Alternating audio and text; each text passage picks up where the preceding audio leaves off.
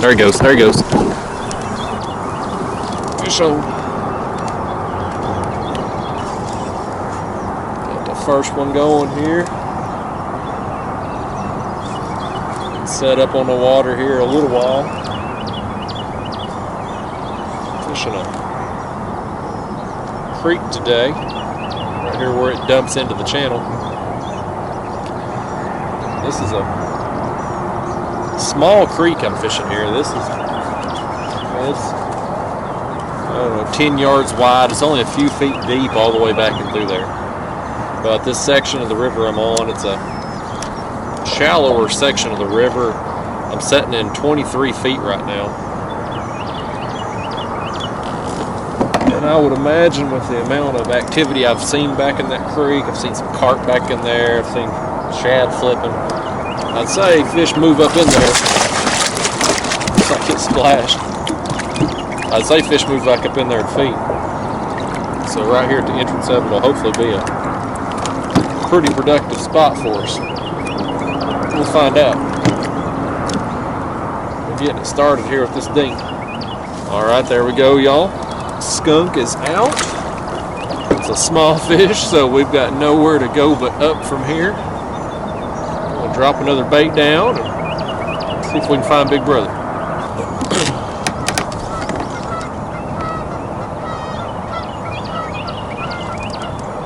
Pecking here. Is he on there? I think he's on there. He's another dink too, doggone it.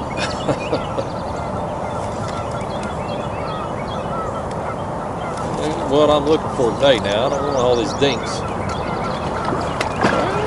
No, I'll take it back. I'll take that back. He's better than I thought he was.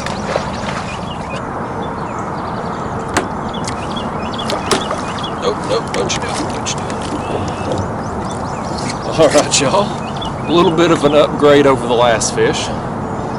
Still not a golly whopper, but we're getting there. Slowly but surely. Let's let him go. Get on out of here. Oh. You hit it, buddy. That one hit it. Pulling some drag now. That one thumped it. Absolutely thumped it. So again, that's on the cut bluegill. Bluegill's the only bait I have with me today. I hadn't planned on fishing today. It's kind of a last minute thing. Last night I realized I was going to be able to go, and so I was ultralight fishing yesterday evening. So I decided I'm going to keep a few of them bluegill rods getting hit there too. There that goes. So I just kept my bluegill, and so that's what I got. I've got a live bluegill on that rod, and I've got cut on these two that are getting hit. Kind of the case in the last video too. I had a live bluegill out and didn't get any action on it the entire trip. It was the cut bait that was performing. Gosh, right there's got a fish on it too. I'm gonna set that back. Let's pick up on this. Let's see what we got. I don't think he's very big. He come off. Get my bait though. Let's drop it back down right quick and then we'll land this other one. Set that there. And let's grab this one. Look at that. As soon as I drop it down.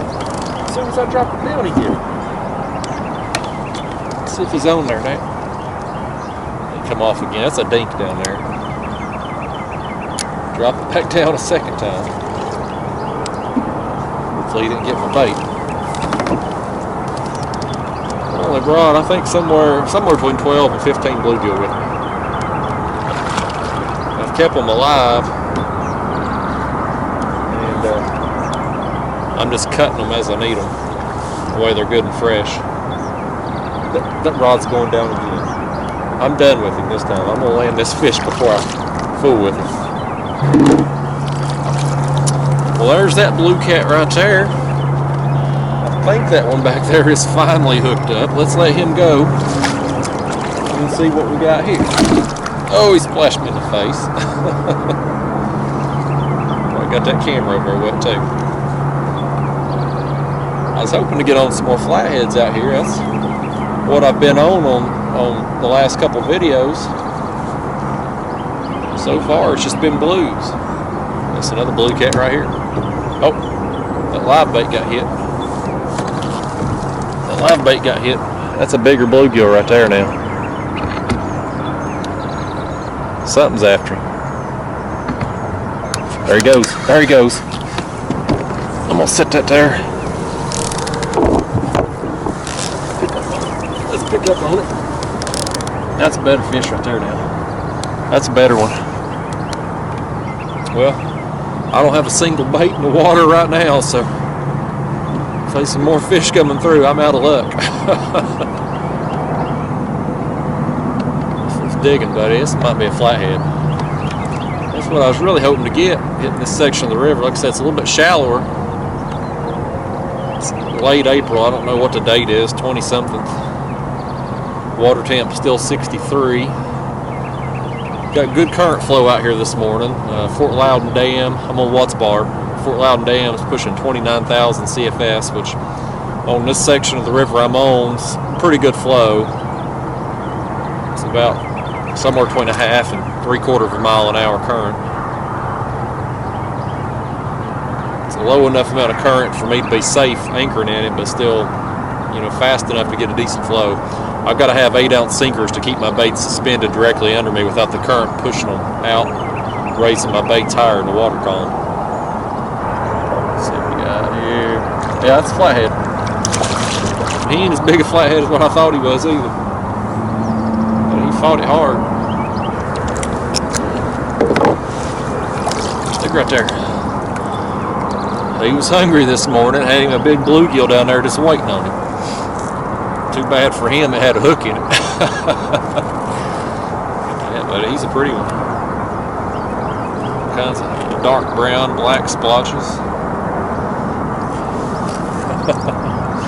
Let's let him go. Let's say goodbye. Bye, buddy. There you go. All right. Let's land this blue cat over here finally and get him going so we can get some baits back down there. Alright, there's that little blue. Let's let him go. I gotta get some baits on there. I don't have a single bait in the water right now. I know many of you watching are better fishermen than me, but I can't catch him with that bait. Alright, y'all, there he is. It's a live bluegill right there. Pretty big one. That's the biggest one I got last night. Got that on a Carolina rig. Alright, guys, there's that one. Just a bluegill head there. Basically just cut it in half. Drop it down. That's what I've caught all the blues on. It's just the head section. I've still got the bodies, kind of the midsection area of these bluegill. I've got a bunch of them here still on the floor. That way if I run out of the head pieces, I've still got those. Bluegill, I've talked about it ad nauseum in these other videos. That they're just not my favorite bait by any stretch. I love fishing for them. I love ultralight fishing. And on the ultralight, bluegill are one of my favorite species to catch. It's so much fun. They're such hard pulling fish, pound for pound. But as far as catfish bait goes, out here on the Tennessee River, they're just not that good. You'll hook into a decent fish every now and again. You certainly get good numbers of fish on bluegill, but they're not, they're not what I consider a trophy fish caliber bait out here. So when I do use them, I want them to be as fresh as possible, and I generally prefer the head section because I feel like that's going to give me the best opportunity at a big fish. So we'll got my lines baited out here. Hopefully we'll get into some more. Like I said, I've got that big bluegill, the biggest one I caught last night, on that rod right there. I'm hoping it goes down with the big flathead on it. Look at that, buddy. Look at that right there now. Look at that. Look at that go. Look at that go. Buddy, he nailed it. He nailed it. It was on the cut bluegill.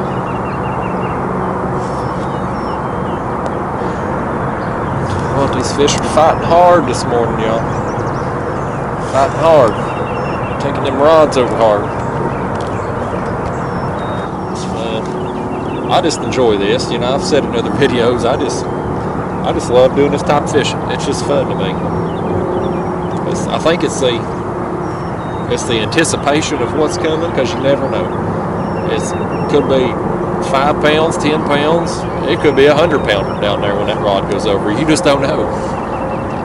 And watching these rods go over, especially when you get 2 and 3 rods going over at the same time when you're in a kayak, it's fun, man. If you ain't done it, give it a shot. It's a lot of fun. You'll have a blast. I don't know if you can see from this camera angle here, but that's that creek right there. That creek right there behind me. You can see it's not very, you may not even be able to see it from me blocking the way, but it's not very wide, and it's not very long back in there. It's not very deep either. It's only a few feet deep, but it comes in right here. And I seen shad flipping out there this morning when I come by. There's carp in there jumping everywhere. And so, you know, anytime you got a creek like that that flowed into the channel here, you're going to have a path. You're going to have a path for those fish to go up in there, and a place for them to feed. So I thought, what the heck, we'll try it. Uh-oh, look at that rod. Look at that rod right there. It's going down too.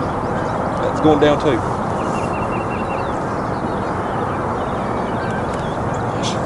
Here, I'm going to set this in back a second. I'm going to set that in back a second. I'm going to grab this. Let's pick up on this and just see what we got.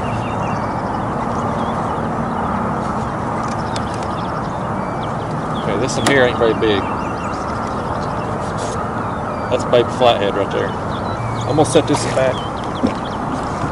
He's small. This one right here is the much bigger one. There he is. First look at him.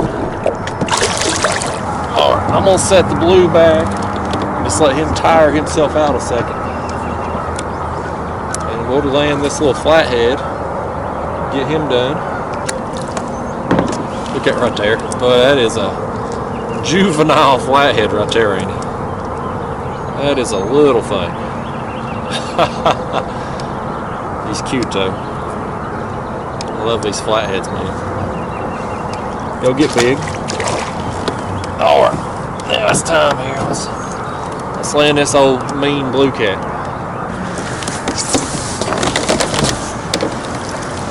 Lift that nut right there, buddy. That's a better fish. Goodness. Alright. Let's hold him up here. Look at that. That's not a bad blue cat. He buried that rod. I mean, he just absolutely crushed it. He was gone with it. Let's throw him on the board. I got this board set here. We'll get a length on him. Some of y'all care about that. Some of you don't. I don't really care about weights or lengths, but it's good to take a peek every now and again. That's a long fish, buddy. If I bend his tail down, he'll hit 37 inches. So, pretty long fish. He ain't very fat for his length. Well, he's a good fish. Alright, let's say goodbye. What do you think, Mr. Blue Cat? You ready to go? Oh, he's ready to go, ain't he? Look at him. He gone. Alright, well, let's rebait some lines and do it again. Oh, look at that. Look at that. Let me pick up on him. He's swimming. He's just swimming with it. He hit it and was gone. These blues don't play around, man. They just, as soon as they're on it, they attack that bait. Another one ain't too bad fish.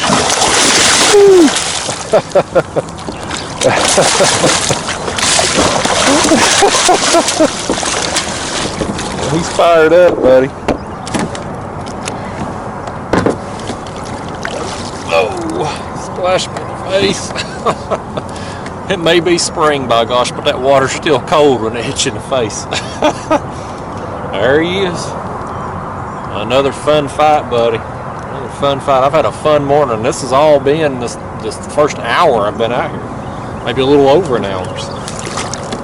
Good so far. That's kind of been the case here lately. That early morning bite here right at first light for the first hour and a half of daylight. That's when I've been doing well, the last couple weeks. So I got out here at first light again this morning. Hopefully this bite will continue for a while longer. Oh, there goes that one. Get hit too. I can bait this one right quick. There it goes. There it goes. Oh man. That one's pulling, buddy. That one's pulling. Oh goodness. Knock the camera off. I was just rebaited my other line. I hadn't even dropped it back down from that last one. And that one took off. Well, he spun the back end of the whole kayak around. He pulled my anchor loose. Moving, doggone it. I think where I'm at here, as long as my anchor catches again here, I think it has. Should be okay, even sitting here where I'm at. Funny thing is, I don't think this fish is even that big.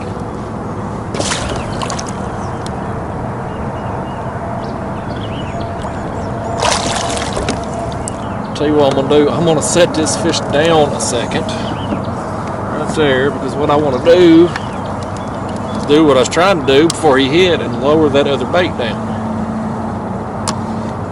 Well, it can be down there soaking while we land him. Alright. Now I'll switch these two out. Y'all, this fish ain't that big. My gosh, he hit it hard enough to pull my anchor loose and move me down a few feet. That's a fun thing. I've said it before in so many other videos. When you suspend fishing, and especially a day like today where I'm sitting in 23 feet of water, I've only got 20, 21 feet of line out. So when these fish, when they hit it and they take off, and plus, you know, you got the current out here too that you're dealing with, it is an intense battle. It is a lot of fun. Even fish this size right here, like I'm about to land, they can put up a heck of a fight. All right, there he is. There's the culprit. There's the one that's trying to pull me all the way down the river. Oh, let's hold him up here, why don't we? I mean, for as hard as he pulled, he ain't that big a fish, but I'm gonna tell you something, like I said, when I got 21 foot of line out today, basically. When they hit it, buddy, they absolutely crush it, and this one did, and he had the back end of my kayak spun around. You seen it. Pulled my anchor loose. I've moved down, I don't know, 10, 15 yards here before it caught again. Let's let him go. Get on out of here. We'll do it again someday. Fish, that bluegill there, he's all tore up there in the face. So I'm just going to take this hook and I'm going to go through the top of him. Just like that.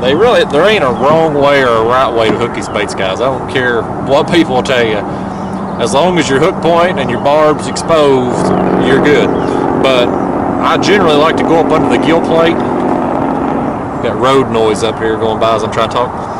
But I like to go up there just because I typically sometimes will get my baits back and be able to use them for a second fish. When you hook them through the top here, oftentimes they seem to get ripped off the hook during the fight, so you only get one bait or one use out of them. Well, we got it back on there. I'm gonna drop it down. We'll get some more if we can. Got thumped. Got thumped. There he goes. There he goes. There he goes, buddy.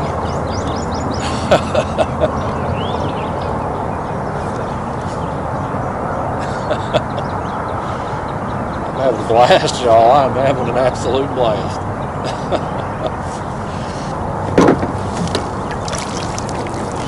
There is another one, y'all. They just keep coming.